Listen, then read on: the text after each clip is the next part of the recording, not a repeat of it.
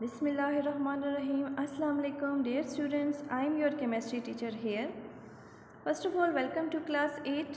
In previous lecture, you studied about the introduction of chemistry in detail. So today we are going to discuss the branches of chemistry which is mentioned in chapter number 1, Fundamentals of Chemistry, on page number 5.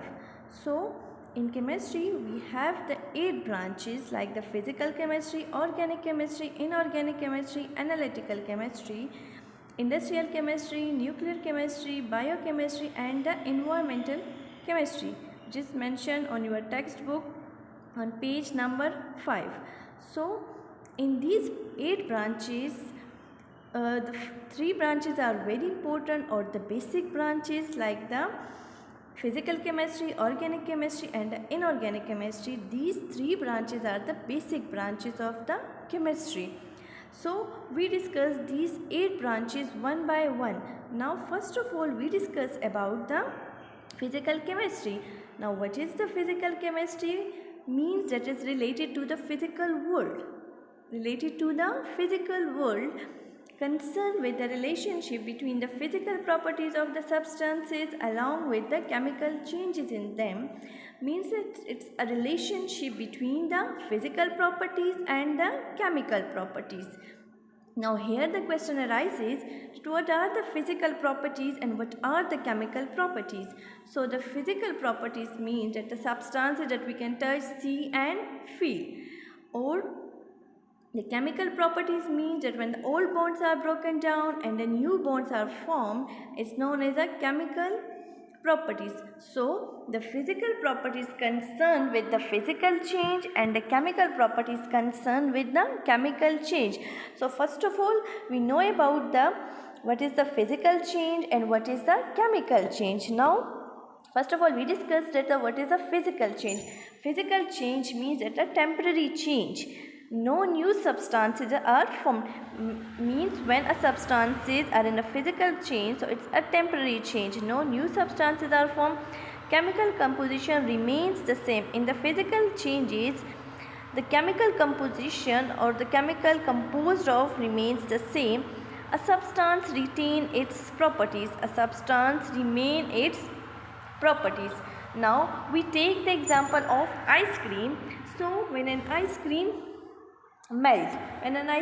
melts, so its states change, means solid is converted into the liquid form. So it's a temporary change. No new substances are formed, and an ice cream having the same properties.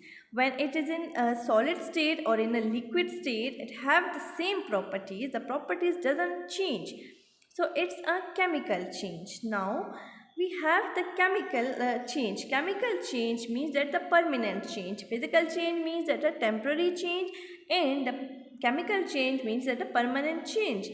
The new substances are formed. Here the new substances are formed. Chemical composition changes and a substance don't retain its properties. Means that the substances change their properties. Now we can take the example of wood. When wood burns in the presence of oxygen, so this wood is converted into the ash. So the properties of the wood and the ash is different. So their properties doesn't retain. Then we discuss that the physical properties.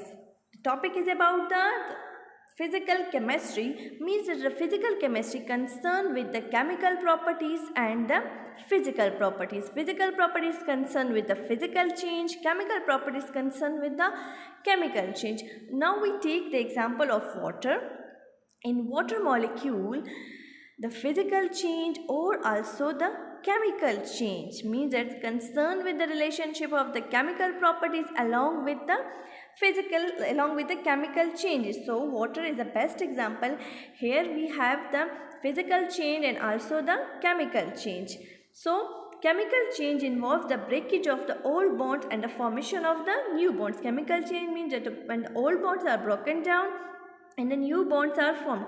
So we take the example of water. Like water is in the form of a liquid. Water is in the form of a liquid in the reactant side and then is converted into the gas form, means the hydrogen and oxygen is in the form of a gas. So here the state change. The state change means that it's a physical change, but also here the chemical change means that the water molecules bonds are broken down and then the hydrogen and oxygen are formed. So what is the best example? Here we have the physical change, also the chemical change. So then we also take the example of the candle. In the candle example involving both the physical and the chemical change. First of all we discuss the water, here both the physical and the chemical change. Then we take the example of the candle. Like in candle, some wax melts and resolidify as a wax, means it's a physical change. Some wax melts and then resolidify as wax, so is a physical change, state change. Now some wax burns and turns into the vapors. Some wax burns and turns into the vapors means that wax burns and release the carbon dioxide and vapors, so it's a chemical change.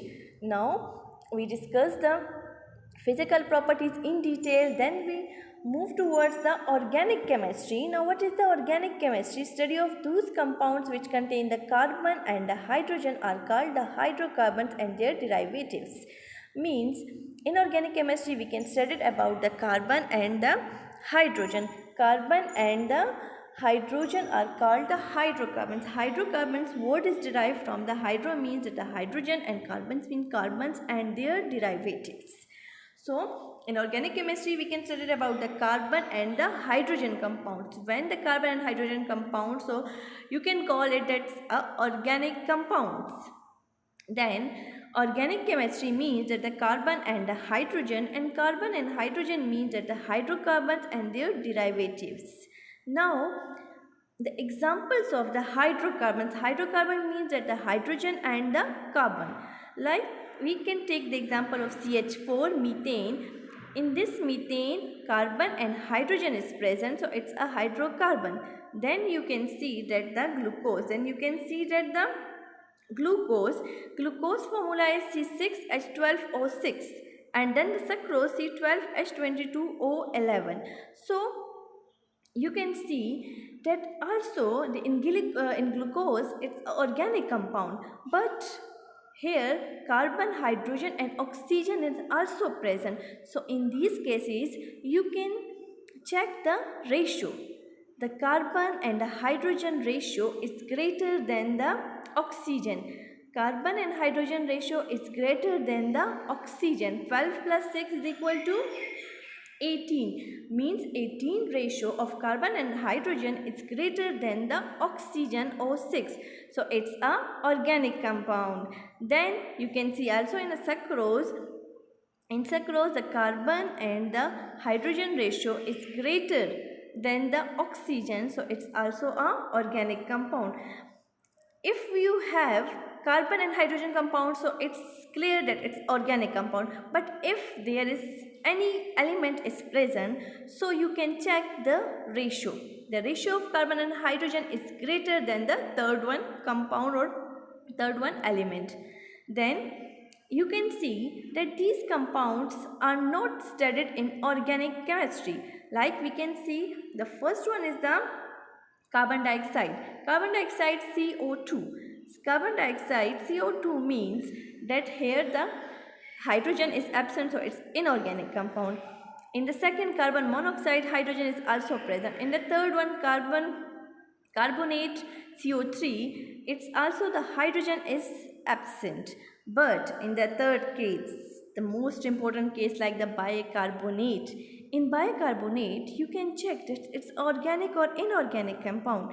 The ratio, then you can check the ratio. The carbon and hydrogen and carbon ratio is 2 and 3. The ratio of oxygen 3 is greater than the 2.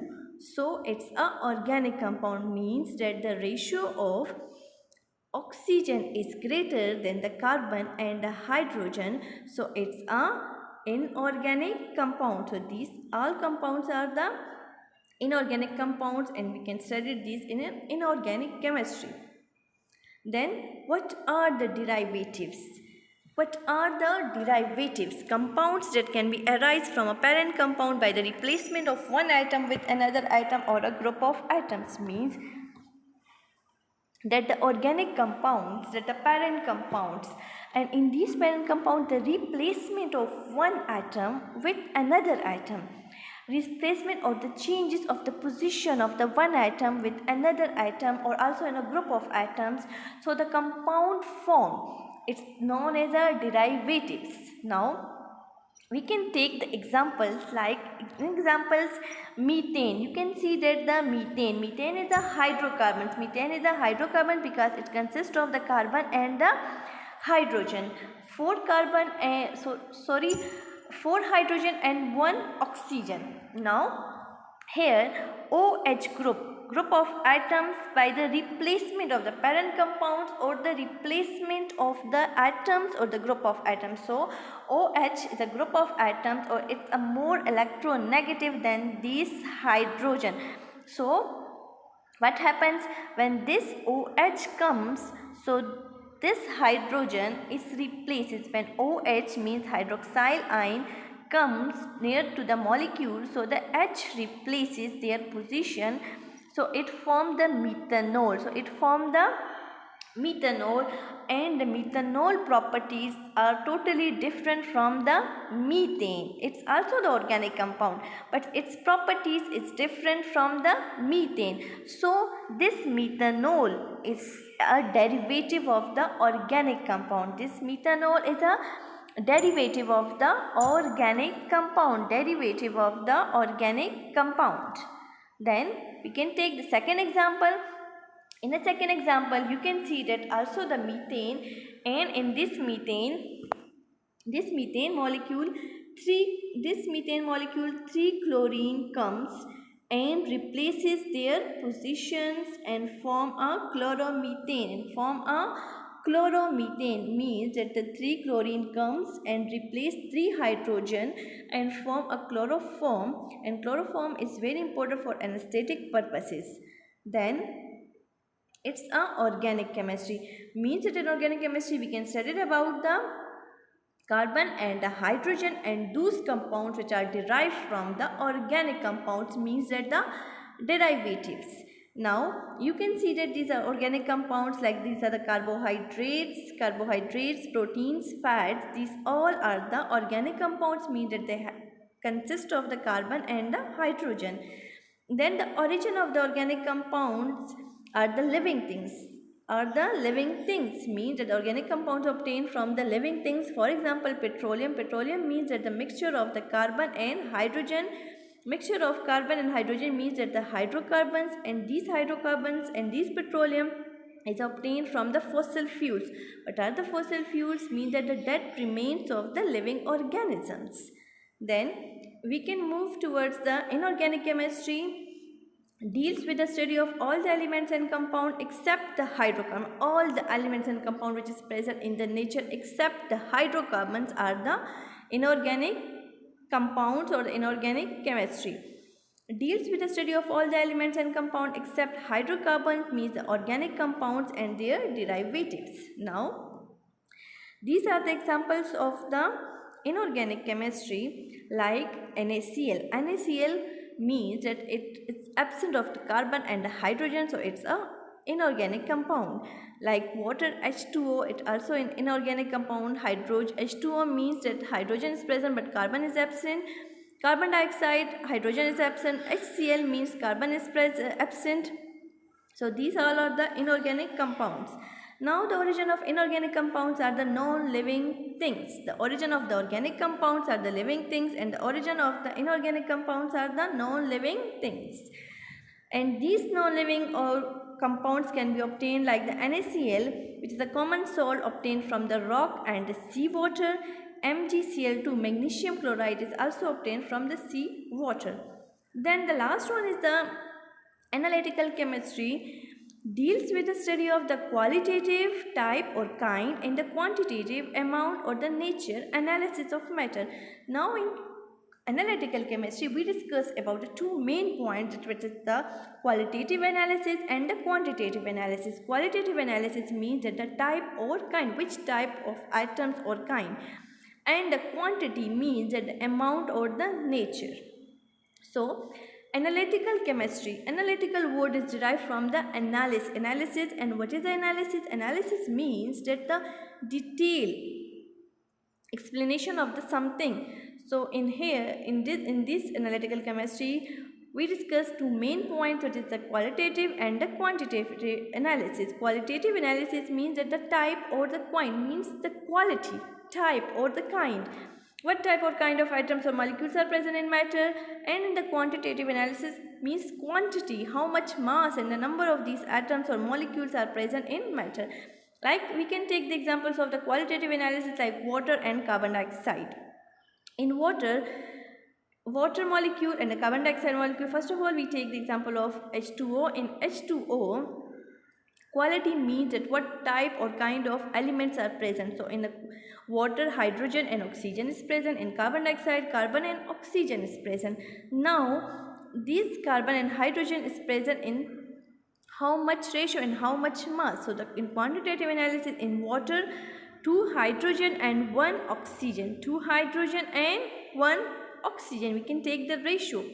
In carbon dioxide, 1 carbon and 2 oxygen. So it's a quantitative analysis. Qualitative analysis means that what type or kind, means carbon and hydrogen is a type or kind. And in quantitative analysis means when we take the amount or the ratio. Now, in analytical chemistry, we can also study about instrumentation, identification, separation, quantification of matter. For example, sphygmomanometer is used to measure the blood pressure and the determination of the masses. So, analytical chemistry is used for different purposes like the instrumentation like sphygmomanometer is used. Identification means that the identification of the different masses.